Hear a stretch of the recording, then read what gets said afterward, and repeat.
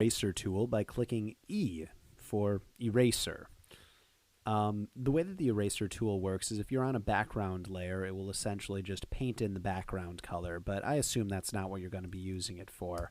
Let's assume you're on a normal layer. All that you do is you click and drag, and it erases out that part of a layer. So let's say we were trying to remove this motorcycle right here. You can right click and it has all of the various brush options. There's nothing that different right there. You can lower the opacity of it, and you can actually lower the opacity for all of the different brushes just by either going up there or by doing something such as hitting 0, 9, 8, 7, 6, 5. And just by hitting those, it will change it in 10% increments right there. So the eraser tool, very basic. It lets you erase. The background eraser tool, what you can do is you can hit Alt, click, and then it assumes that's the background, and then you go over and you can try erasing out the background. And you know what? Best of luck to you. I never use this tool because it's awful. It just tries to guess too much and hasn't been updated in many versions because it's not the way that any professional really goes about erasing. You can change the options up here, but let's be honest, it's just you in a recipe for disaster.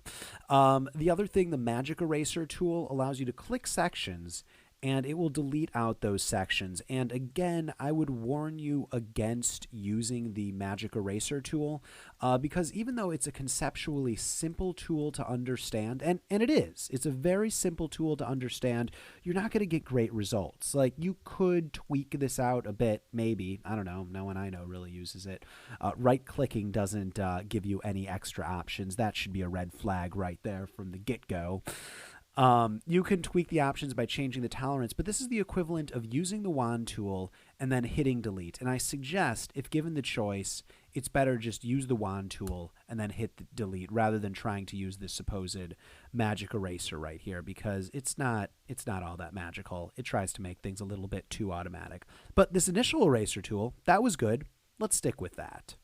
For the full 4-hour Photoshop crash course, click on the link below. And to get more of the tools, just click on this link inside the video itself. Thanks for joining me.